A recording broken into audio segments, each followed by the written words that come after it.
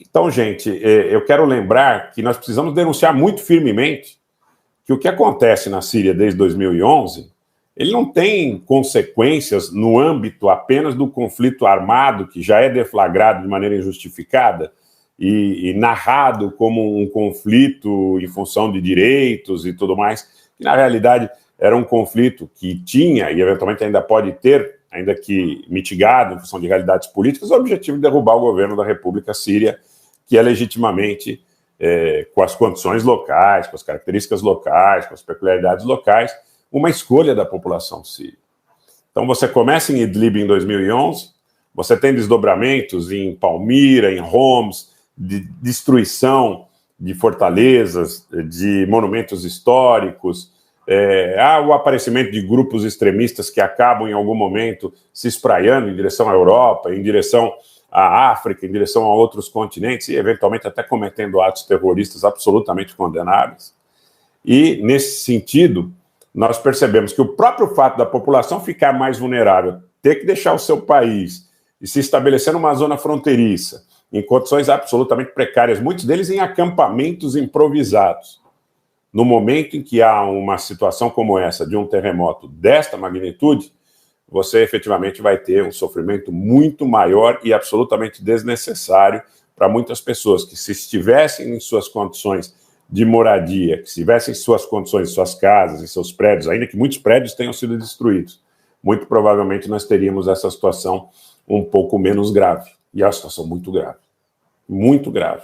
Essas pessoas, muitas delas já vivem privadas de saneamento básico, de energia elétrica, de água potável. Muitas delas vivem privadas das mais elementares condições de sobrevivência. Então, a nossa fala é uma fala que ultrapassa o aspecto da condição do credo religioso, da etnia, o que quer que seja, mas visa que se estabeleça uma justiça, sob o ponto de vista minimamente humano para essas pessoas.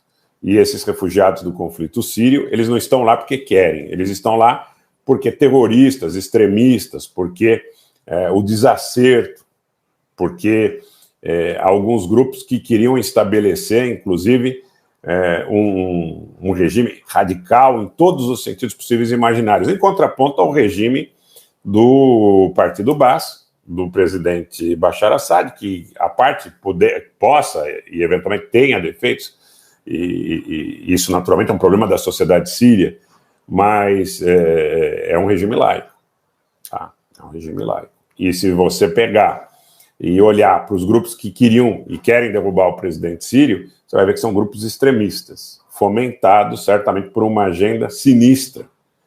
Fomentados por uma agenda sinistra. Esses terroristas, as coisas vão se encaixando, pessoal, vamos prestar atenção, porque as coisas vão se encaixando. Muitos deles estiveram presentes na agressão contra os armênios em Nagorno-Karabakh, em Artsakh, em 2020. Esses mesmos terroristas que fizeram com que essa população síria tivesse esse êxodo forçado em direção à fronteira turca. Então, vamos entender o porquê dessas situações atribuladas no mundo que, efetivamente, poderiam, ou são absolutamente necessárias. Nós poderíamos prescindir de tudo isso em função ou em razão de uma sociedade minimamente mais justa e equitativa. É o que eu digo, por exemplo, como defensor da iniciativa privada, como um nacional desenvolvimentista.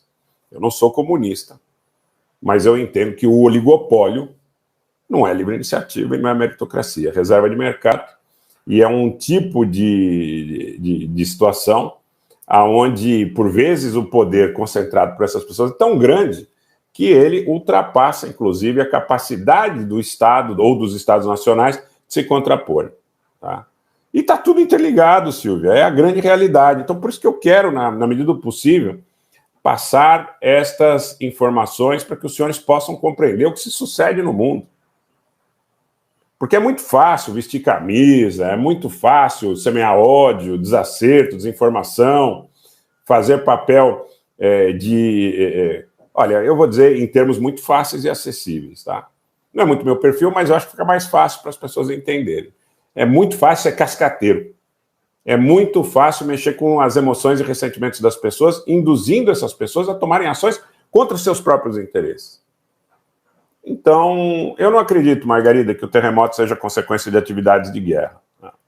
A essa altura, nós não podemos descartar nada, temos que ter bastante precaução em relação a descartar situações e eventos, mas eu não acredito que seja produto de atividades oriundas de testes nucleares. Acaba muita teoria nesse sentido sendo, por vezes, aí, objeto de elucubrações, tá?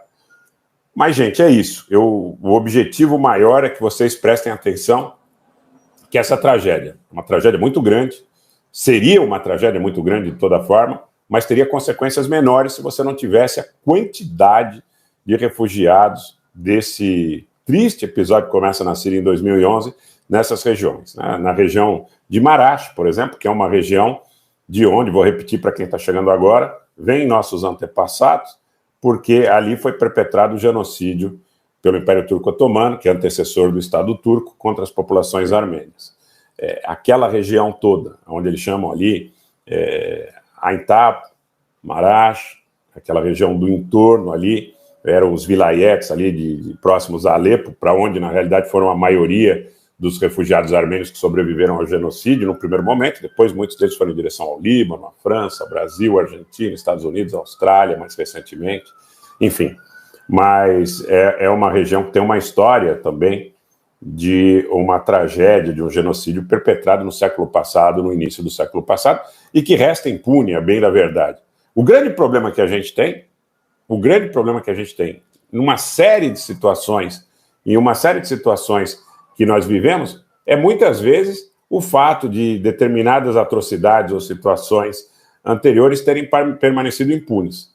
Então, você tem a violência do Azerbaijão em 2020, permaneceu impune, hoje eles cercam a população, tentando matar de fome e de frio 120 mil pessoas na República de Artsakh.